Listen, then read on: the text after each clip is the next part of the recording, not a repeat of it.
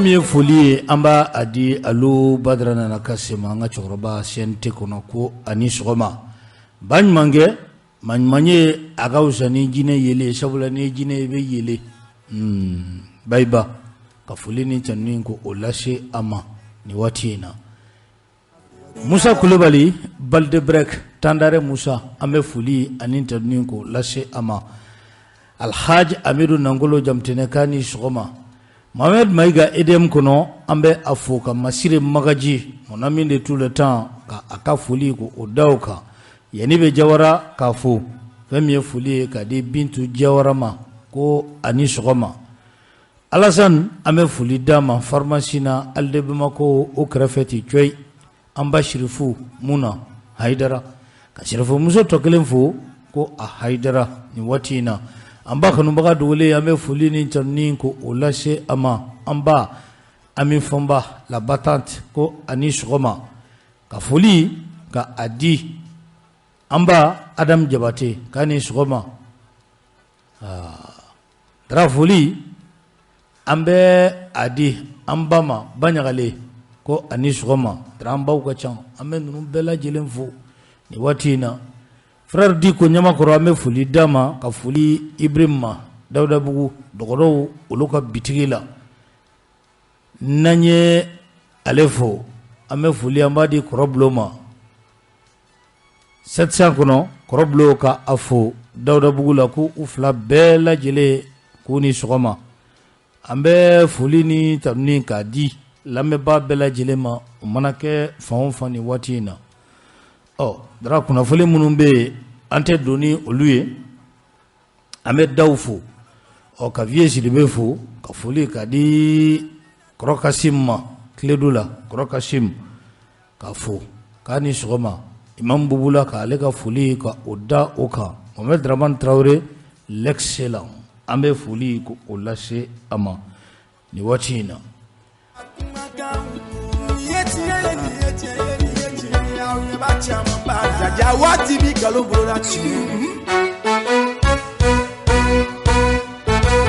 Dramani ibaye ka fo kunu yani anga kunu fo anga biere fo folude biye 25 mai di 25 mai ibado 25 mai oye biye dra biye 25 mai bima daw tratai trata ote aflabe nyono biye tratai biye 25 mai 25 mai ni dungo kibota ko laje Frafina Tomba Organisation de l'Unité Africaine nimbe ale kofo ale sigili sinka bidati ba ale kofo alno ya soro bi OUA ayele maraga ke UI Dramani ni ko ba chukula bi président jamana nyama akanga na Tour d'Afrique la ni ko ba chukula de kuma fam akanga na Tour d'Afrique la o kana flair go oblay o ka frafina majamundi suru ko lu abe shorokata wode kama sukuma dai na ukelendo ka Tour d'Afrique o ka baju ni siège sile no fambefe président bena wa tina wa ngali tomi aglone meto indi ngali tomi glone meto o yorode la Frafina kadon oyebiye he drakele Dramani yaklibe uti kalo kletan ani shegina uti kalo kletan ani sheki abena don mema tratate Dramani o dongele fene trata le Tour d'Afrique kelena Drawazro mobli babulaw remorku karu siterniu wazro olu keleno ka barabla damne ufana keleno ka laben sabati Tour d'Afrique kelena ka baju turu o ka fokub na nyogonye ufana gra tarata sɔgɔmada fɛ an ye fɛn fɔlɔ min ye a kɛra o ye kunu gouvernement lisi a bɔra a bɛ bɔ waati min na o ye anw sɔrɔ Kati a bɛ bɔ waati min na o ye anw sɔrɔ dara kunnafolidi baara n'a bɛ kɛ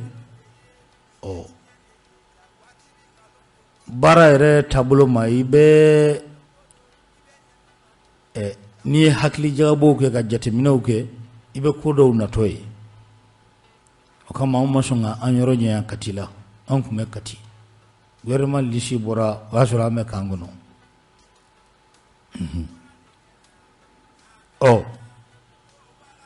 dara lisi kalanna k'a ban waati min na militi damadɔ Dramani maa minnu bɛ Kati kan dɔn i b'a dɔn Kati kan c'est calme maaw b'u ka taa ni ka seginw kɛ ka kɔrɔ château bɛ yen dɔw bɛ dame jouer château kɔrɔ o tɛ ka taa ni ka seginw kɛ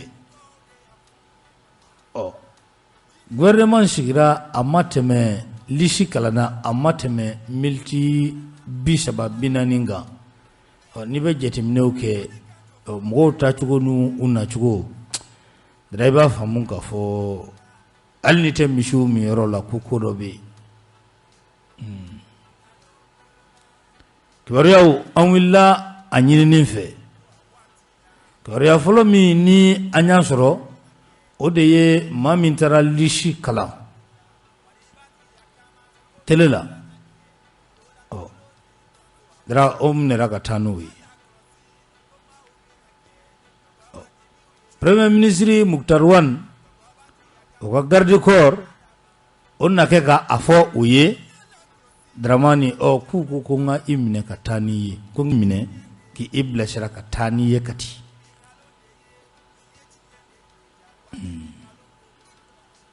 Dramani fɛn min ye président Bandaw ale fana sɛnsɛnna ka taa n'a ye Kati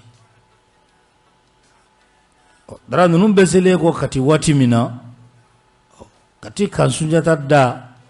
Dramani i b'a ye k'a fɔ sécurité de nana renforcer ka dɔ fara sécurité kan k'u jɔ sa k'u ɲɛsin Bamakɔ ma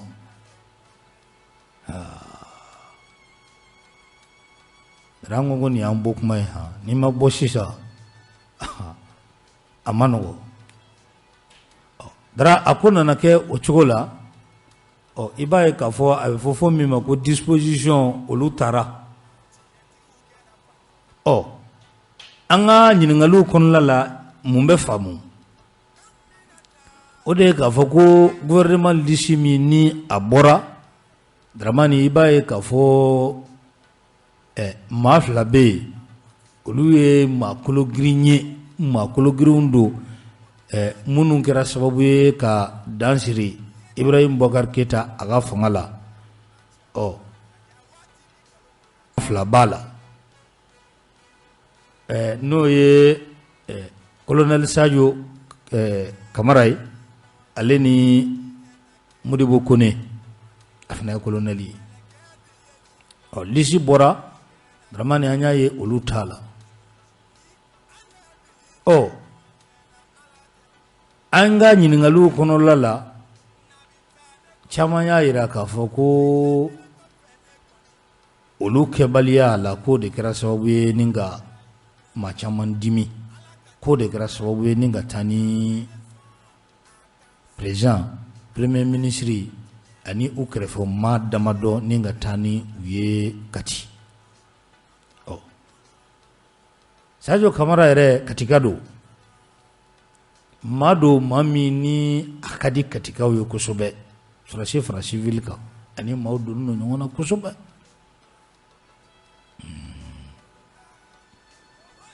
dara ko tora ten discussion olu tora sen na o kama an ko su in nka a bɛ sɔn ka jɛnya fo ka taa fɔ a to ten n'o ye kunun su ye n'a bɛ jɛnya fo ka taa fɔ a to ten kumaɲɔgɔnyaw olu tora sen na atetugu wele blala dine nyamo ma olunana nuga delike amashaka nyanabo M5 RFB Dramani wele la ka ambe fe anga nyugo yeshu na shisha imakoyi olufana yuga delegation ko formé ma damado utara usigira ka kuma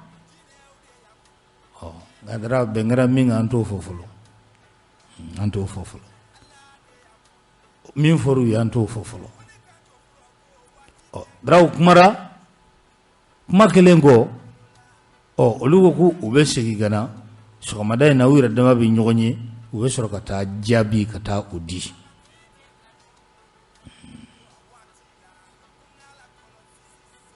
draye ko yesha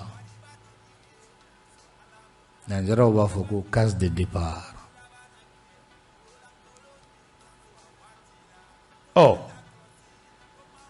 kibaru nana yira tuguni kibaru mi ni antese ka soni sigi aka nga kibaru ye ana fo chugo do ana famu chugo do kibaru do nana yira ka fo jagin Dramani ko anyinina ka fo premier ministre kaka walan seme ne Muktar Wani kibaru do nana ufo mi antina kalaturu aka parce que a dalu jonjon tambulo nga kibaru fanga fo parce que en fene ya soro yoro dawla yoro munu ni dasebew do amise ka dawla onga a dalu jonjon tambulo ba blamba afoni fochugo ina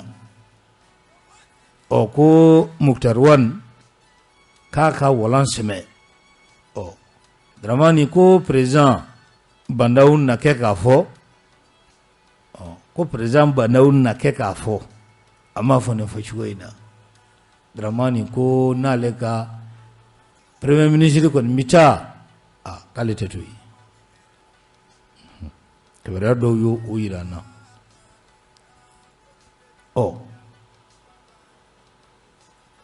susera wati dola mado minera maula feminye Musa Jawara sécurité d'état o nyema kro kale bola ale fana shanshana ninga tana ye kati kelengo ibaye ka fo feminye on yere fa parti politique do ye utasebe ka fo kute jena ye président ka mine premier ministre ka mine ni chokola ko ka tanayi parti politique la ibaye ka fo yelema obola Musa Mara aliyo o gafe ko o teganobla parti politique la kodem Useni Amion Gino pulo alega ton obola olufene ko olutuna jenaye anyo olufla de ka communiquer nta do nin do ro kera nganye munu nga communiquer nan sebentiaro ka oye absha ke parti politique wora oye akoko nane Dramani okofe jema nana kuma kren yala jenseleni tom onyema ale kumara akoko nimbara min kelen vle malikono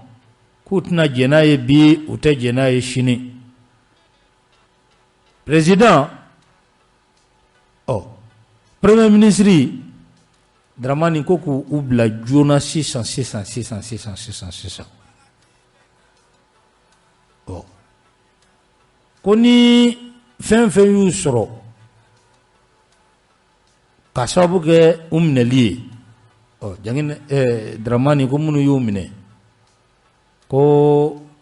ajalaki be da ulup Union européenne MINUSMA Union africaine CEDEAO olu be kumara kata ni sira kelen fe kube akokon wakutna jenaye kafo fenga président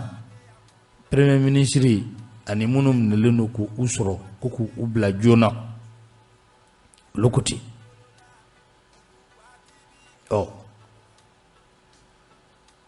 mami be ni ale sugantira farafina klebian fanfɛ tɔnw fɛ n'o ye CEDEAO ye Goodluck Jonathan Nigeria jamana faama kɔrɔ ale kan ka don an ka jamana kɔnɔna la bi kuma ɲɔgɔnya k'a kɛ Dramani surasiw u fɛ walasa fura bɛ sɔrɔ ko in na joona dara i b'a ye k'a fɔ kibaruya dɔw olu fana bɔra ni ka bɔlɔlɔ minɛ o kibaruyaw Dramani maa kana kala turu o kan o tɛ kibaruya ye kibaruya min ni i bɛ ko ta o ma k'a fɔ ko surasi fila min bɛ yen ni u ma don ni u bɔra fɛn kɔnɔ gouvernement kɔnɔ n'o ye Sadio ni Modibo Kone dara ko u ka surun Irisi la kosɛbɛ k'u tun bɛna marifa dɔw san ka bɔ Irisi dɔw yɛrɛ taara fo ka taa ko ni Irisi la ka di k'u bɛ fɛ ka u tɛgɛ bɔ Faransi bolo dara nin bɛɛ ye kuma ye o bɛɛ ye kuma ye maa tɛ kala turu kuma minnu kan an ka kibaruya sɔrɔ cogo la m'a fɔ ko ni Irisi la man di dɛ nka Irisi ko kuma min bɛ ka fɔ a kɔnɔ ani Faransi ko kuma minnu bɛ ka fɔ a kɔnɔ an ka a kibaruya an ka a minɛ cogo dɔn fɛn min kɔni ye tiɲɛ ye Dramani fanga tɛ sɔn singali ma bamanan bɛɛ lajɛlen b'o dɔn fanga tɛ singa dugukolo tɛ singa muso tɛ singa bamananw b'o fɔ anw fɛ yen bamanan a bɛ fɔ ten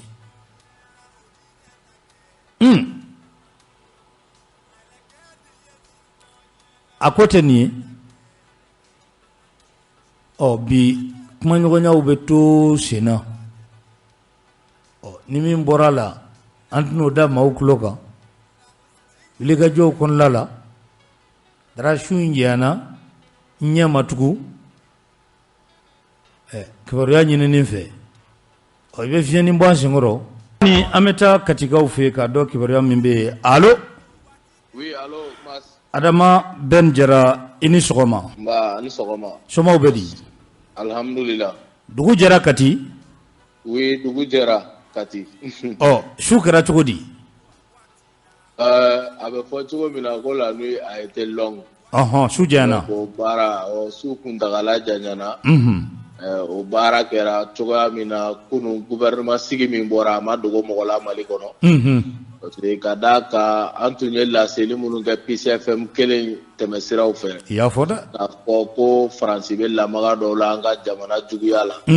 et que a sinsin bɛ mɔgɔw kan minnu yɛrɛ bɛ jamana sanfɛ legelege la ka tɛmɛ n'o siraw ye pour que ka janfa don jamana in ma min ye camancɛ fanga yɛrɛ kɔnɔ u tigɛ sigilen bɛ k'a kan cogo di o tɛmɛnen kɔ u bɛ se cogo di ka misale dɔ di min ye fanga jaso ni wulikajɔ o kana se ka kɛ farafinna tugun tant que France Afrique bɛ ka marché o fana bannen kɔfɛ camancɛ fanga bɛ taa kun cɛ yɔrɔ min na olu sagona mɔgɔ n'u tun bɛ ka siga mɔgɔw fila ni ɲɔgɔn cɛ Bubu ni Bube n'u labanna k'a kɛ Bube ye o baara min tun b'u bolo donc ka se k'o programme bila sen kan cogoya min na u bɛ se ka jamana in kɛ bolokɔnɔmɔgɔya la halisa k'u ka nafasɔrɔ siraw bɔ an na a ka ja n'o bɛ tɛmɛ ni maliden bɛɛ ninkɛnɛ karabali ye donc o baara min bilala sen kan surasiw kɛlen na kɛ k'a faamu parce que olu n'anw ka fɔ ɲɔgɔn bɛɛ a kɛra nin yɔrɔ ye an y'a f'u ɲɛna fo ka diɲɛ wuli Faransibaw musalaka a tɛ k'aw fɛ u ko anw ma ko tiɲɛ don maliyɛn bɛɛ b'a dɔn ko Faransi de ye Mali gɛlɛya dilan ko wa Faransi de ye Mali jugu ye même au delà du Mali jamana au delà du Sahel Afrique francophone bɛɛ jugu fɔlɔ ye Faransi ye ko parce que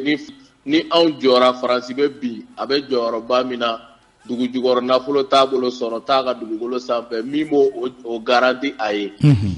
ko ni Faransi jɔlen tora anw fana binnen bɛ to donc c'est une question de rapport de force k'olu yɛrɛ y'o faamu ko nka ko i t'i tigɛ to mɔgɔ da kɔnɔ ko k'a tigi gosi u bɛ na n'o zana suguyaw ye o kuma suguyaw i bɛ Faransi kɛlɛ ni fɛɛrɛ i bɛ taa dɔɔni dɔɔni an ma préparer dɛ jamana in kun binnen don a bɛ taa bon o hakilina minnu b'u la ne b'a f'u ɲɛna n ko aw b'o k'o min fɔ dɛ Faransi fana b'o dɔn aw la donc mieux vaut que i tɛ ɲa banakɔtaa min cɛli kɔ i k'a cɛ kelen ɲa ni sɛw b'a yɛrɛ kɛ o n'aw bɛ fɛ ka Faransi kɛlɛ a y'aw kɔgɔ da u la Algérie y'a kɛ ten Vietnam y'a kɛ ten tariku la u bɛ kɛlɛ ten de Wuranda wulila ko i jɔ cogoya kelen de gun kan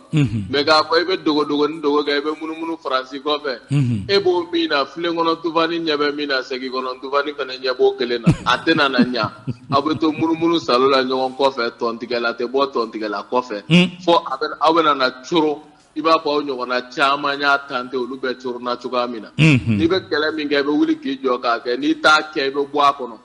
o de nana kɛ bi u ni Bandaw ninnu karila ɲɔgɔn na Bandaw ni Moctar ko parce que ko Sadio Camara ye initiative dɔ ta le ministre de la défense u ye min nabɔ ye kunun o bɔra Irisi la 2 semaines dɔrɔn a nana i bɛ k'a ka fanga yɛlɛma a kun taara Irisi la o tun bɛ Irisi la de formation na ye 3 ans donc o nalen ka bɔ o formation na 3 ans Irisi la 2 semaines dɔrɔn 18 août kɛra i bɛ k'a ka fanga yɛlɛma kɛra donc ko connaissance ni réseau caman b'o bolo Irisi la jamana kɔnɔ o y'o baaraw bila sen kan ko ka bataki dɔ ci Irisiw ma ko cogoya min na Irisiw bɛ se ka na u ka wolomasiri tabaga mɔgɔ 1000 o kana Mali dugukolo kɔ kan ko ka kɔkɔrɔmadon kɛ ka ɲɛsin Mali ma lakana bunakun kan ko Irisiw ko camancɛ fanga don k'a tɛ i ko président démocratique ma élu donc ko k'a kɛ ko cogoya min na tigɛnɔ bɛ se ka bila gafe in na ko o kɛlen ko Sadio Camara ko ministre vice-président bɛ yen n'o ye Assimi Goïta est chargé des questions de défense et de sécurité ko yali n'o y'a signé ko o bɛ se ka a bɔ kɛ u ka a baaraw kɛ ji jukɔrɔ baara ye discrètement ko parce que u ni Bandaw ma kalekaw ni fɛn dɔw t'u n'o ni ɲɔgɔn cɛ u dan t'a la ko n'a ser'o ma ko a tɛna na bɔ tɛna na k'a ko kalama baara min kɛra ko lɛtiri selen Bandaw ma ko dugusɛjɛ Barkani nana o la ka sigi ka kuma kɛ ni Sadio Camara ni Assimi ye par rapport à la défense par rapport à tout ce que Barkani fait au Mali ko Barkani généralu ni u sigira o dugusɛjɛ ka kuma kabiri ye k'u y'a dɔn k'u ka bataki ko u tun y'a dabɔ dogodogonin dogo min kama k'a da kɛnɛ a dara kɛnɛ kan k'o kɛra kɛlɛ jubaju wuli kun ye donc Bandaw tagalen sisan Faransi k'a fɔra ko ka fɛn bɛɛ de kɛ ko min ye wolomasiri tabaga ye ko ka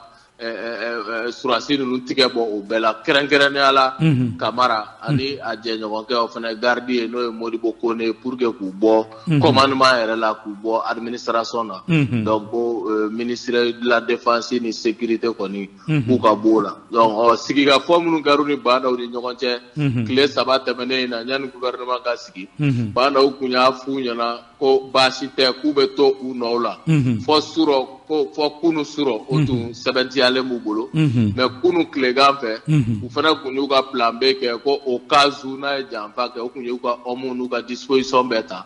donc maintenant liste communiquera u y'a ye u tun siganden don ko min na o ko ye a kɛra o kelen ye donc c'est pourquoi k'u wulila k'u jɔ u jɔyɔrɔ la donc k'u minɛ ka na n'u ye Kati u sira yan hali sisan u bɛ yan u bɛ Kati sisan u bɛ Kati hali sisan u bɛ yan donc ce qui fait que mɔgɔ bɛ se k'i sigi ni mun de ye bi tile kɔnɔ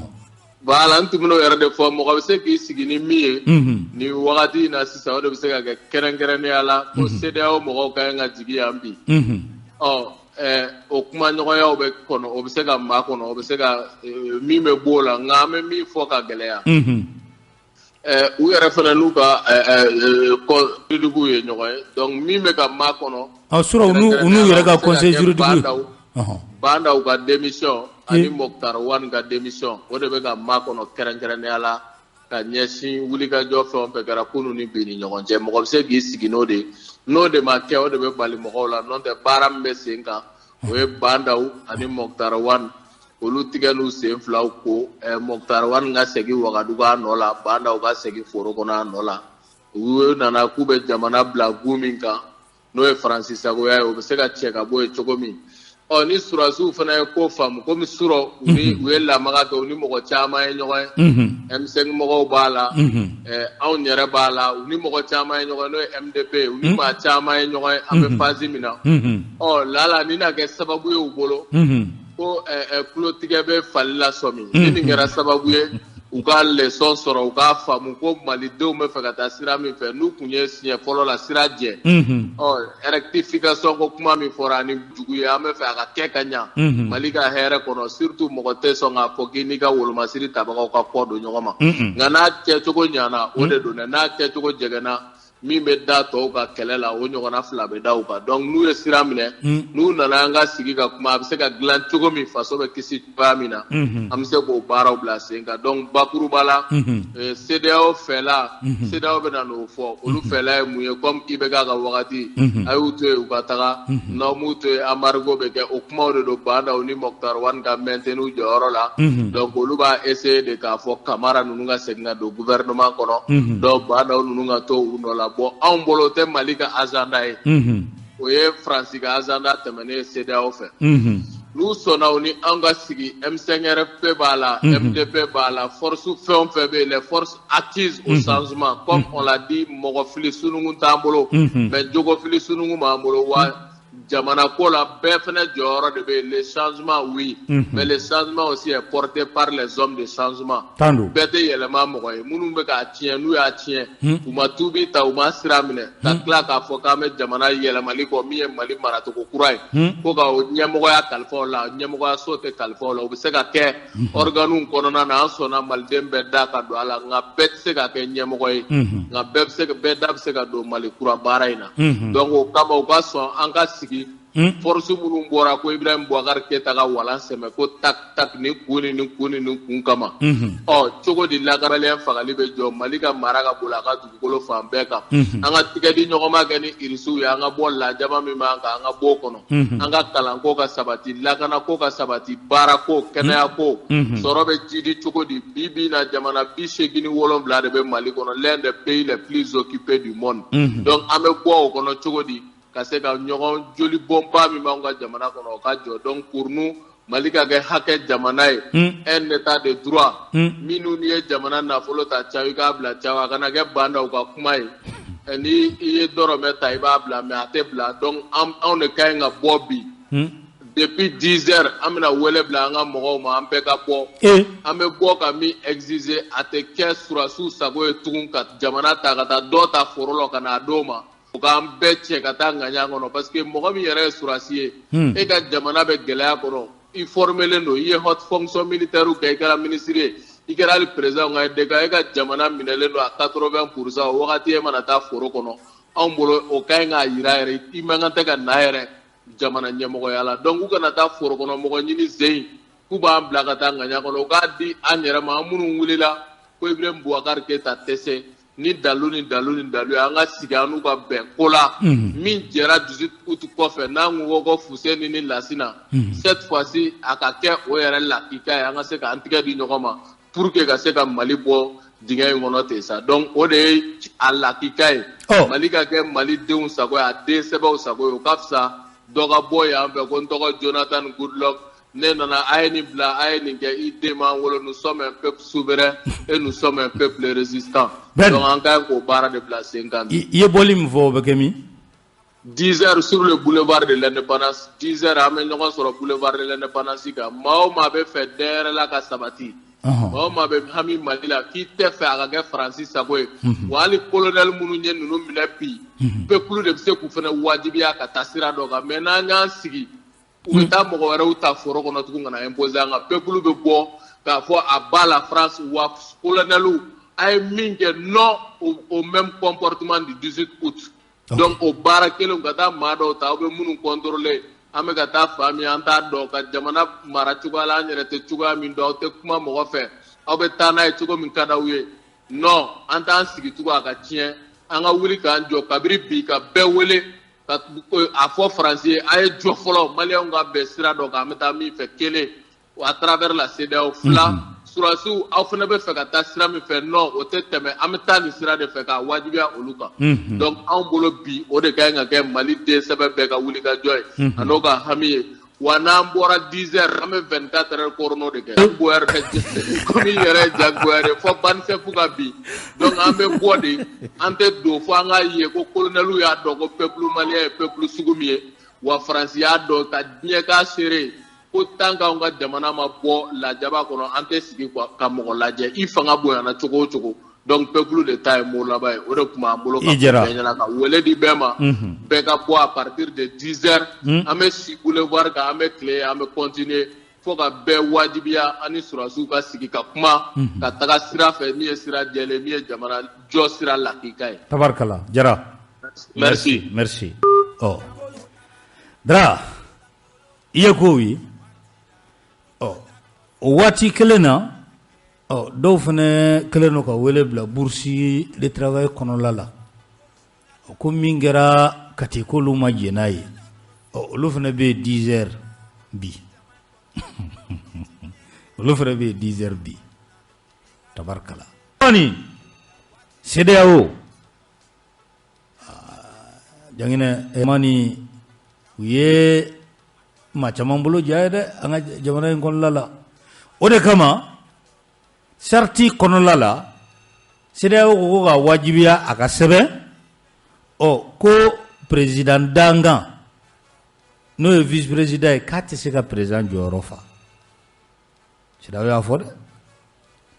ko en cas de démission du président en cas de démission o kumana o tun b'a dɔn ko a bɛna démissionner ya kelen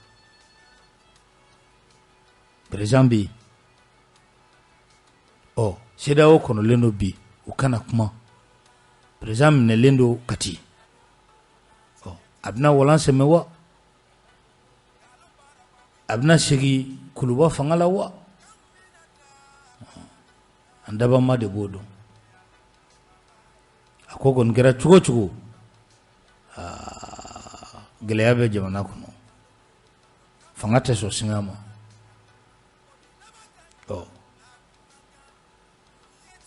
ni kɔni kɔnɔla la bɛɛ ka ka jateminɛ de kɛ sisan bɛɛ ka ka dɔn sisan tiɲɛ yɛrɛ la Mali ko don wa mun de don bɛɛ kan k'u ye sisan jɔyɔrɔ ko don wa Mali ko don wa mun de don bɛɛ kan a hakili jagabɔ man ka diɲɛ yɛrɛ bɛɛ kan k'i ta ye anw bɛ da kunnafoni dili ma an tɛ don o sokɔnɔɲɛw la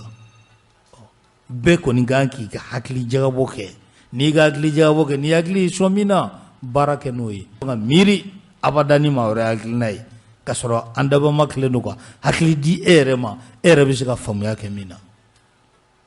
jamana in jɔli a ma daminɛ fɔlɔ Ala ka Mali kisi nɛgɛjuru labila bonya ani karama kɔnɔ 20 28 67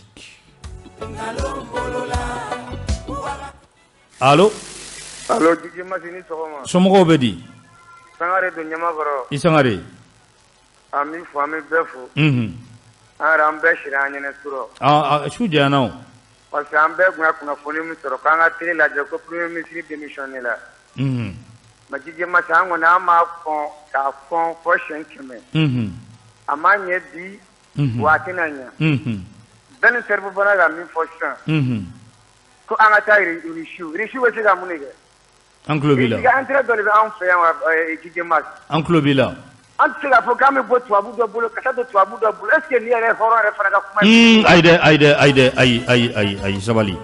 ni kuma dir'i ma kuma bonya ni karama kɔnɔ an ka mɔgɔ bɛ se k'i hakilina fɔ ka sɔrɔ i ma maa nini i ma maa dɔgɔya an k'o bɔ a la pewu i bɛ hakilina de fɔ ale y'a hakilina fɔ e fana b'i hakilina fɔ a banna hakilina kɛlɛ de don bolokurun tɛ dɛ nɛni tɛ foyi tɛ hakilina kɛlɛ de don n'i dalen don i hakili la dɔrɔn a jagabɔ a banna allo Traoré somɔgɔw bɛ di Traoré a diyara n ye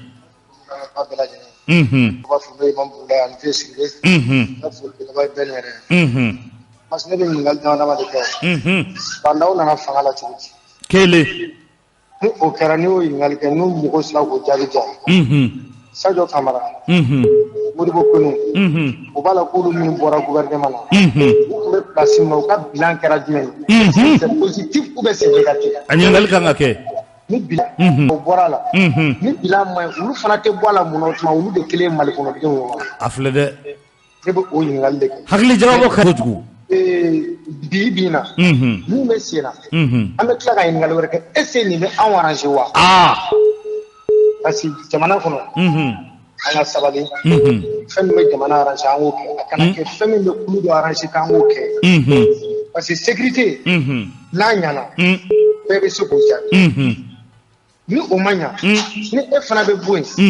o fana man ka kɛ ne bolo koba ye mais n'a ɲana n'i bɔra yen o de ye ne bolo fɛn dɔ ye an ka sabali ko ka kɛ ko min bɛ jamana arranger ko min tɛ jamana arranger n'an y'a kɛ an bɛɛ de bɛ tila ka segin a ɲɔgɔn siga t'a la sɔrɔsiw bɛ min f'u ye bolo min bɛ tɛgɛrɛ fɔ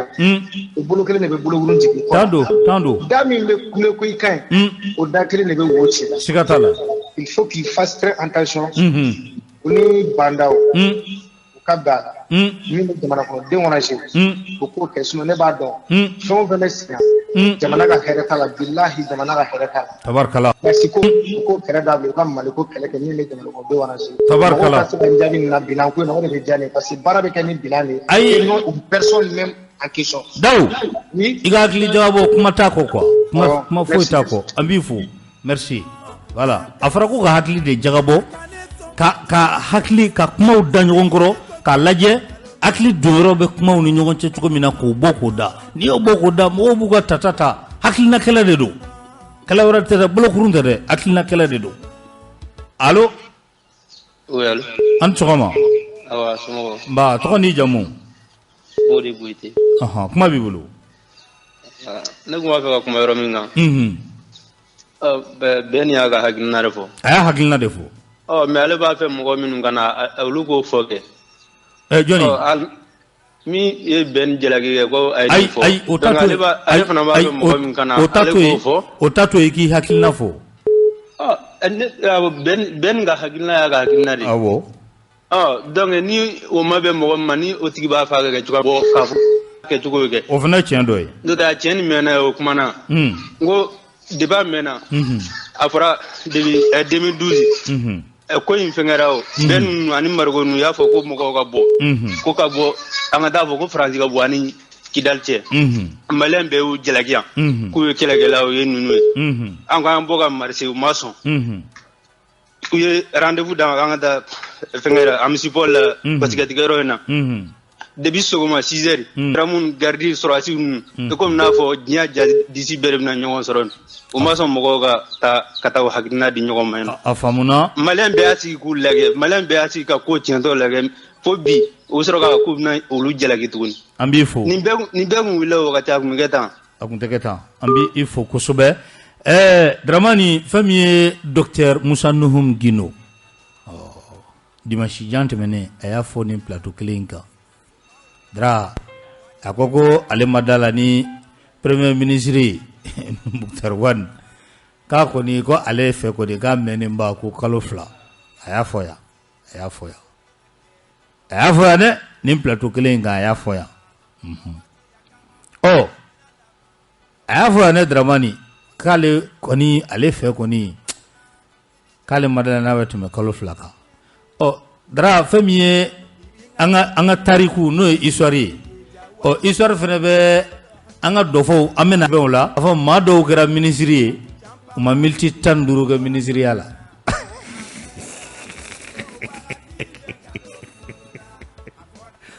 histoire bɛ n'o fana sɛbɛn k'a fɔ ko jamana in kɔnɔ a delila ka kɛ maa dɔw kɛra ministre ye nka u ma miniti 15 k'o k'a la kunnafonidilaw an b'o fana sɛbɛn an ka tarikuw la an b'o sɛbɛn k'o bila 20 18 65 an ka taa allo nba Samake a diyara n ye ya rabbi ya rabbi ka daw fo vraiment hakilina ka ɲi n'a bɛ se analyse la ka Vieux Sidibé fo k'an fa Bugula fo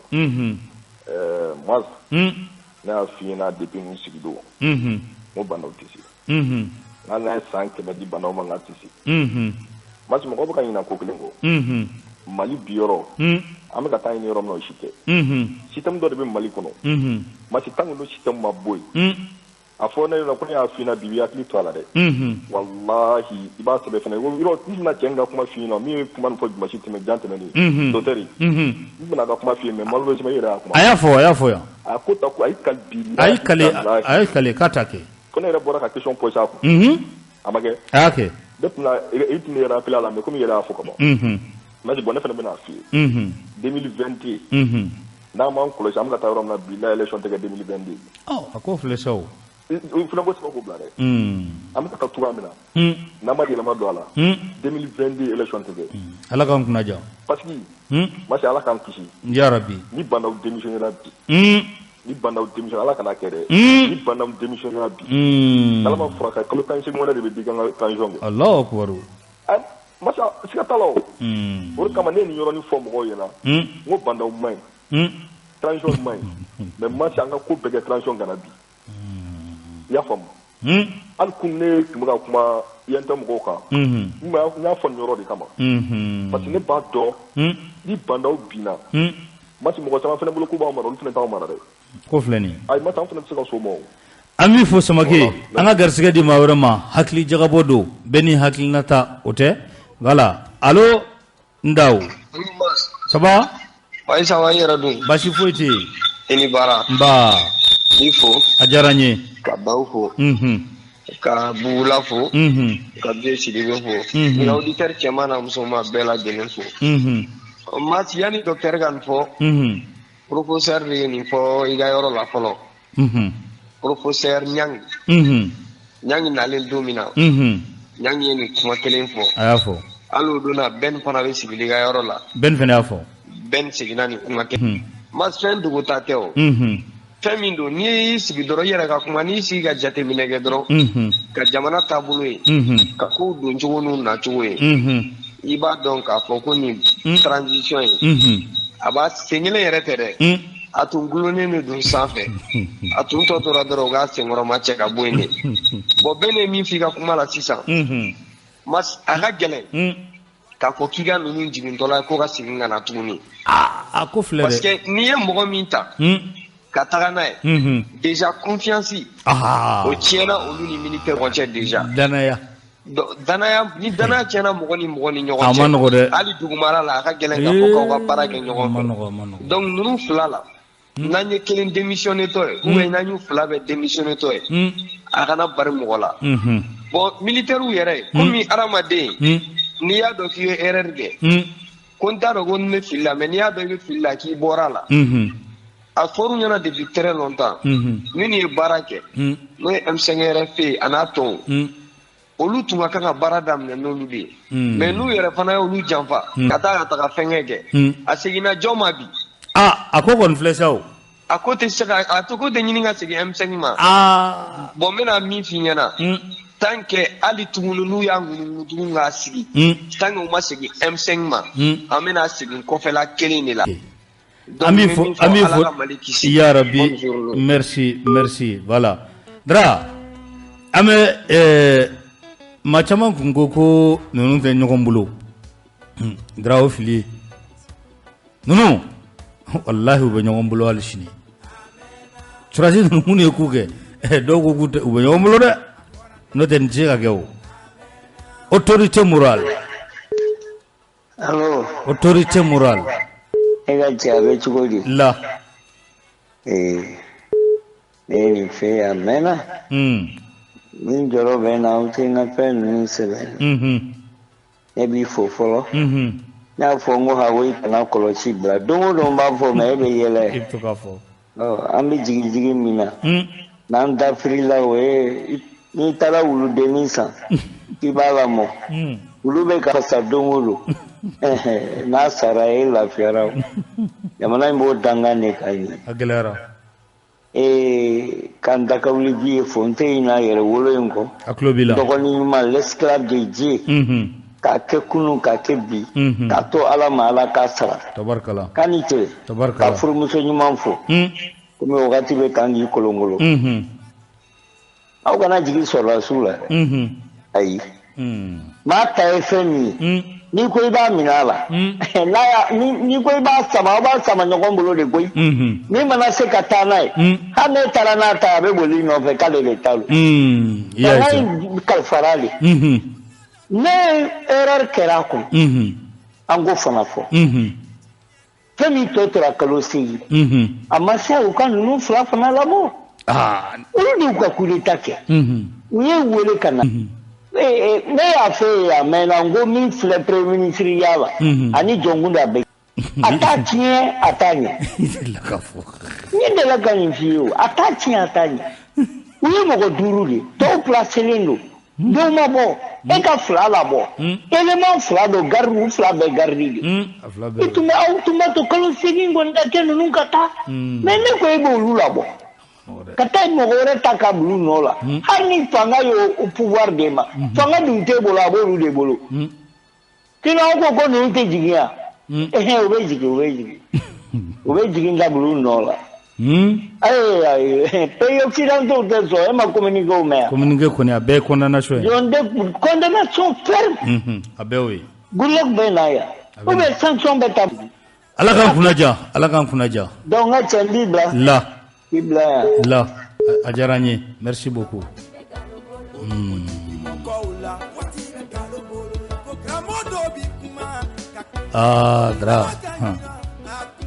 Dra bi tile fana bɛ janya dɛ, su janyana bi tile, dra bɛ janya dɛ. Ala k'an kunna ja,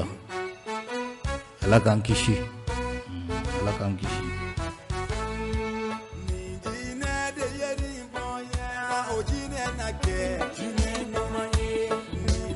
Bagayoko Mas an sɔgɔma somɔgɔw bɛ di nba fodi baasi t'aw la baasi foyi tɛ yen n bɛ dɔgɔkɛ awɔ ala ka lafiya d'a ma amina rabi Mas ni fɛn min daminɛ man ɲi o laban tɛ ɲɛ dɛ a gɛlɛyara sɔrɔsi ninnu u ye janfa kɔrɔ min se wɛrɛ ye jiginna kɔnɔ an kɔni vraiment an bɛ ala de jigin sinon ni kɔni nin y'an cɔrɔnin ye sa dɛ an m'o sira de kare ne tɛ bɔ cogo foli la parce que n'u tɛna se ka sɛgɛn na fanga la bilen n'a fɔra ko mɔgɔ wɛrɛ bɛ sigi yɔrɔ kalo 8 kɔnɔ élection tɛna se ka kɛ bilen an m'an sigi ka CEDEAO kɔnɔ kɔni a bɛ gɛlɛya dɛ vraiment a bɛ gɛlɛya k'i fo Bagayoko merci Dramani fɛn min ye Vieux Sidibé a b'a nɔfɛ nin waati in na ko Allahu akbar 20 18 65 o ye nɛgɛjuru sira ye ni min ye da gosi o ladon ni min ye da gosi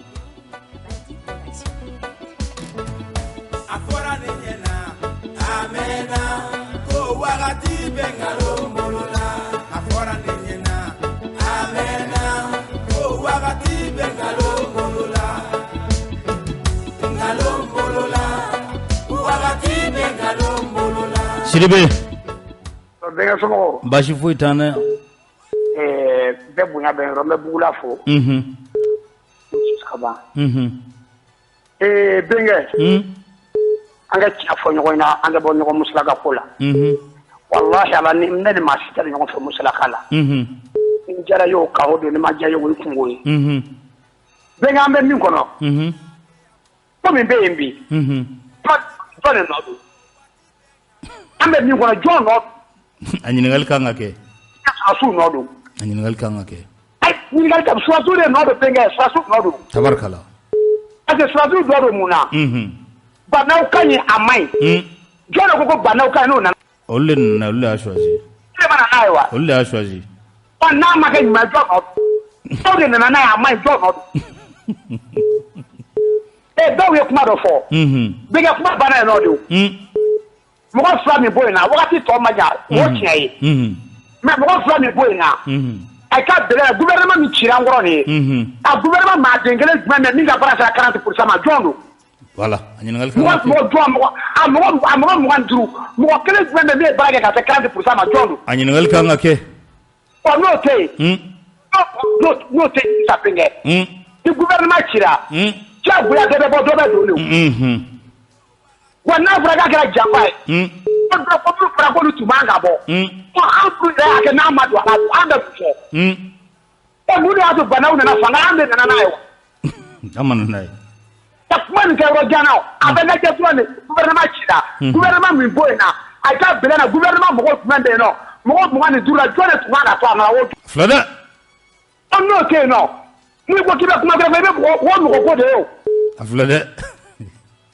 Amanda do not Jamana, I don't think that do not bring it. As a milk around now. If you don't then say more, began to that deputy gouvernement Massi. And then Mohammed at home now.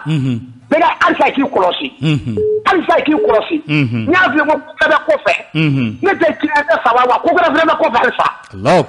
I keep Colossi bring it. Milk around now. And I got to for like a Samaruka. The boy quota Namuka Boka. Now for Natura, I have to attach it. Ambifu Dramani Gorma mina lishi borakunu ne ya lishi drone jigilat wallahi aye jalagili ke kafo chere la gorma amai ogo nunu re achama be ute bara re nyedo Dramani ngo chama be ute bara re nyedo o ni klala ka ye olu mo famba o de klala ka tatuguni kana no oluye place falen dro de gra sino do be lu kuma nga gwenre di gouvernement ko re u dak manga do la tranche fokata ta onga se ngira kana no o mo do wi nga a gouvernement fene kono mado be munu e barake Dramani ming me culture kuna kayatu konari dra nanfolo mi metta ka di ministre ba ni kira ministre ay fo mi ma ko frère d'installation nanfolo mugu mi metta ka di ma kiki isigi no e folo iga finiun san iga so labe o wari mu metta ka di na fa frère d'installation ale ibaitala ale ma songa tamne ka makutala bo ay wuli ka jo minge wallahi be ay afokele flana ming meswar kuna ibado ka oluka ko re mambu de manga koro nga bisi ka fembe fo fa ma wuli ka joke musa tayer nunu vla baraka ni nunu gwere kondira bo were kondira ere ate bal mo la ka me do be 0 ka usanui me wolu be rekondi 0 ka usani adoye wallahi wolu rekondi ka bo place de la ka ta bla place de la il y a un problème na déplacer de haut et ma solution sera là ma usokole ngato PCFM ka page Facebook la sabula amena ulega jwa ke sisa kuna vule be soro jamana infa ka boya ngata kati ka bokati ka ta fa rofe amile nganje noe ka dim woma nife alaka malikishi alaka denda ma demi ni jamana hinebal